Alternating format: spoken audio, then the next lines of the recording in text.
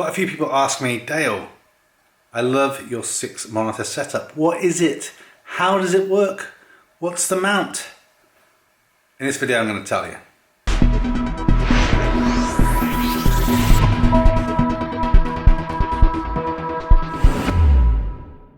Okay, so a few people have been asking for a while now about my 6-monitor setup that you see in the background of many of the videos, and it just so happens I'm going through a transition. I'm not sure if I still want 6 monitors, so I'm about actually to take this apart. So I thought, seeing as someone asked again today, before I take it all apart, I would do a quick video to talk about kind of what it is, how I use it, how it's set up, and a little bit the history that, I don't know, maybe you'd be interested in it. Who knows? If you do, drop a like. So I've had this set up for 4 years, I think, something like that. And basically I have 3 different machines driving the different monitors. And again, this is just me telling you what I'm doing and how I'm doing it and why I'm doing it this way.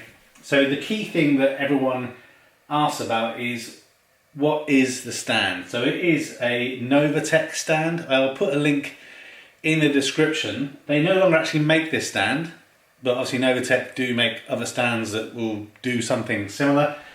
And it starts off as a 3-monitor stand, but then you can buy an extension rod, basically, that you kind of change the center rod mount that enables you to then have an additional set of 3 at the top. So I had these top 3 originally, and I was using a different 3 monitor mount, and then I saw the NovaTech one, and that's what I decided to go with. So this LG monitor, so all LG monitors that I tend to use, this LG monitor in the middle is actually a TV monitor, and then these other 2 some IPS LED panels, so all LED. I had those ones already, and then when I decided I was going to go for the 6 screen, I picked up these LG monitors, they're LED but not IPS ones, on the bottom. So the way I've tended to use this in the past, and this is kind of why I'm kind of changing things up, and you'll see some more information coming on the channel over the next kind of weeks or months.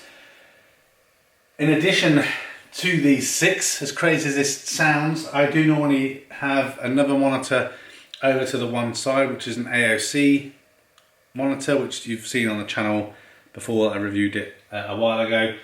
But basically on the AOC monitor and this monitor here, I'll have corporate kind of computer screen stuff, so emails, WebEx meetings, that kind of thing.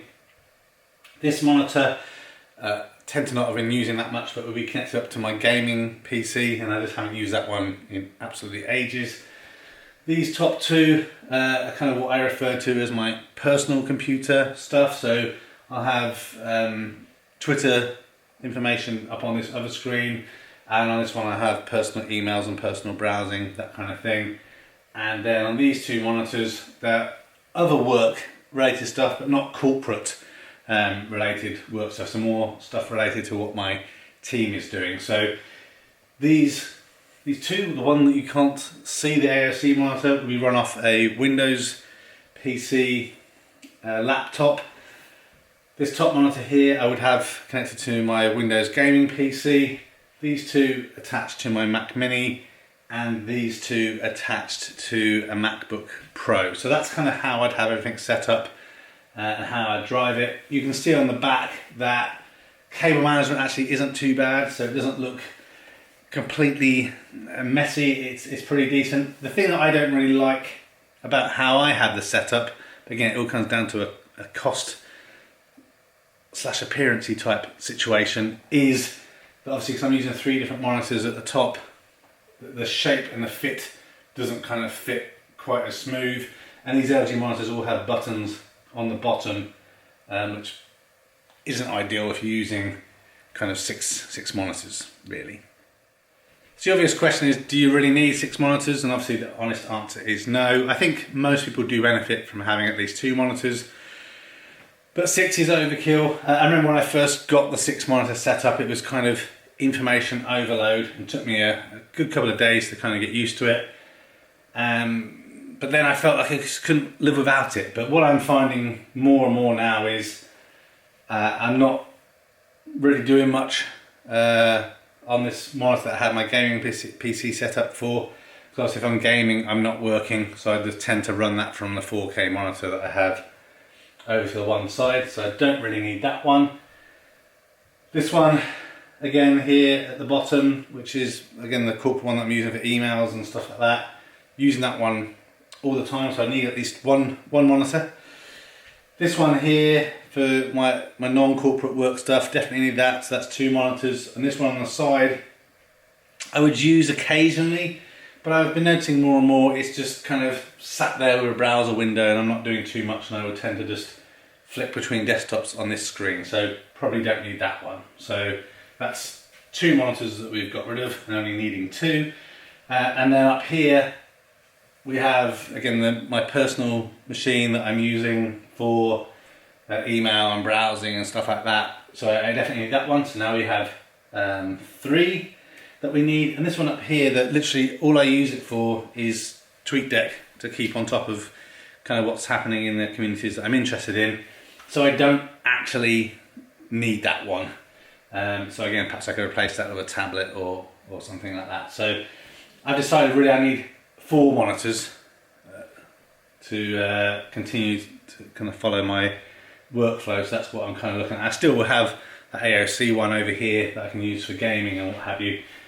And that's where I'm now deciding as to how best I will have a 4 monitor setup, because obviously this is actually quite wide. I don't know if you can see me as I disappear out of camera now, but the brackets end just about here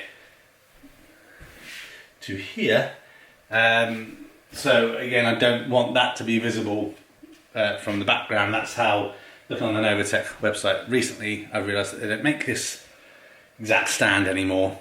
So there may be some other options. But yeah, that's how I'm running it. It's not all running from one PC or one Mac. It's multiple machines that I'm using for different things. And I like that personally. I like to be able to differentiate between different activities that I'm using, which is also why I have 3 keyboards and 3 mice on the desk. And yes, I do sometimes screw up and I type the wrong thing on the wrong keyboard and embarrassments happen, but that's kind of how it is. So I hope that was helpful. You asked about what the monitors are, what the stand is, how I'm running things. Again, I'll put some information in the description. Like I say, don't make this particular one anymore. Check out the NovaTech website. They've got other great stands that are worth checking out. So I'm going to end this video now and start taking these apart to see what the next iteration of my working setup looks like. One thing I forgot to mention about this monitor stand that I really do like, I don't know if other monitor stands have this, but it's this quick release kind of mechanism. You can just basically pull this little tab back and slide the monitor off and out, and it just makes taking the monitor off much easier. I just thought I'd finish up with that bit, so I'll just hopefully show you just quite how easy that is. So monitor's attached, push that little pull tab, done, boom, taking it apart. Thanks for watching this video. A thumbs up would be really appreciated. If you're interested in other geek type videos, please consider subscribing to Spectrum Geeks. Why not also follow us on Facebook, Instagram and Twitter. And before you leave, why don't you check out one of these other videos that may be of interest. Thanks again for watching.